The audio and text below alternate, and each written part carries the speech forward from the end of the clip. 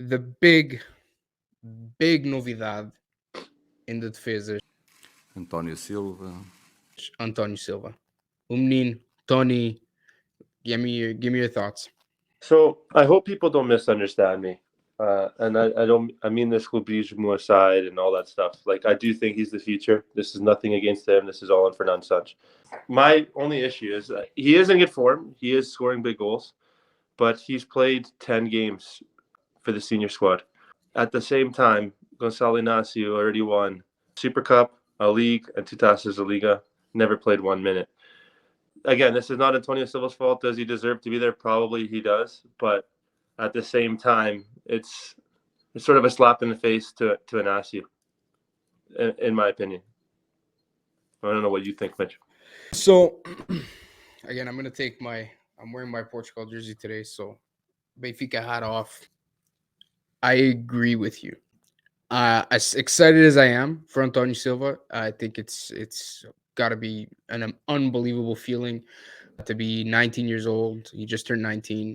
Having played a few games, you go from literally a Benfica B player. Morato gets injured for Benfica. He has the opportunity to step in at center back with Otamendi.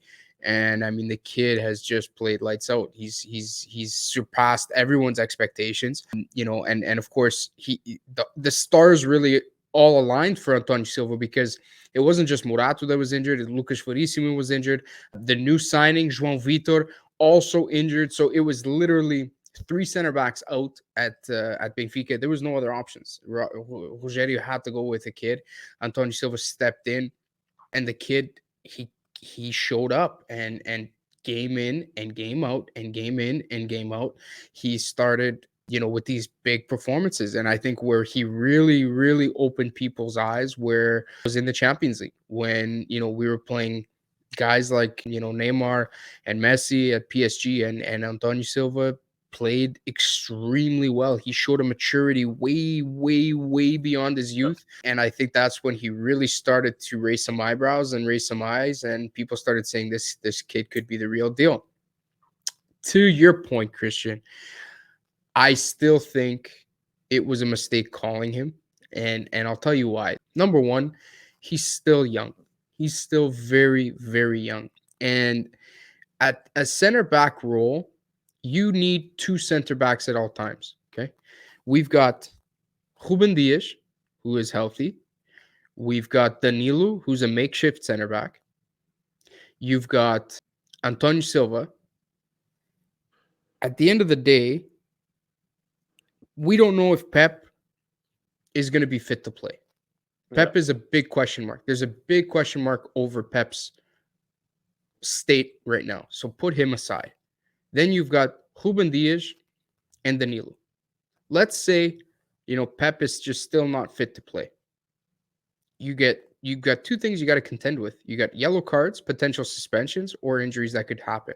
So the likelihood of António Silva playing in this World Cup is actually quite high. Yeah. And to me, a center back role is a role that's extremely important to a squad, because you have to be experienced. You have to have a high football IQ. And that's why center backs, especially at World Cup, are typically older guys, because they're more experienced guys. You don't see a whole lot of, young 18, 19-year-old center backs starting for a big team like Portugal in a World Cup. It usually just doesn't happen. It's got to take a very special, even Ruben Dias, as good as he was, when he came into the Seleção in 2018, I don't even think he played a game. Yeah. This is his first major tournament. He didn't even play a game. So I think it was risky. It's a very risky call. If we had nobody else to call in vez do António Silva, I could maybe see it. But when you got a guy like Gonçalo Inácio, you've got José Fonte, who, I mean, yes, he's older, but if you're looking for a more secure, safe call, could be José Fonte.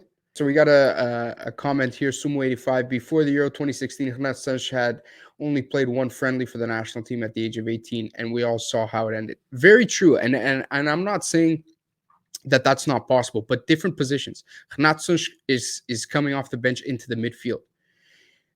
you got a lot more libertad and a lot less margin for error when you're coming into the midfield or coming out in as a forward or coming in as a extreme, a winger. There's a lot less margin for error. When you're at center back, there is zero margin for error. You cannot make a mistake. And António Silva has showed that he is capable of making some of those stupid mistakes. He showed some of that, and that's just falta de experiencia.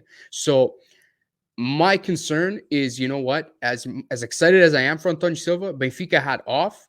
I think it's a bad call by Fernando Santos. I really do. I think it's not a safe call. And I think if we need a center back to step in, I'm not saying António Silva can't do the job or won't do the job, but it's a risk.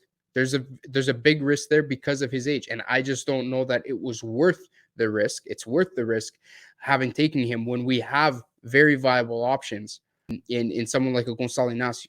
Especially Gonçalo Inácio, in my opinion. He was the guy that should have been called.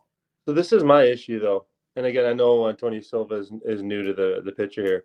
But in my opinion, this is where Fernando Santos had to have called these guys up before the World Cup for those friendly games. Never played for the national team, and then now the first few games you're going to play are in the World Cup. This is why me and you massage this subject so often, is because before the World Cup is when you make these calls and these picks, because now he goes in there, he can play against, quote unquote weaker sides and, develop and get experience, not just get thrown into the biggest world stage where all eyes are on you. You know what I mean? Well, I mean, to your point, Christian, like Gonçalo Inácio hasn't been called up to the Seleção since March. Yeah. And he didn't even play. He's been available to be called up. The last call up, he ended up calling Thiago Diallo from Lille. Yeah. And I mean, he didn't even play him. He had a chance to play him. Instead, he put João Palhinha at center back because he forgot Diallo was on the bench. So I don't know. Maybe he forgot Inácio was available for a fucking call up. I don't know.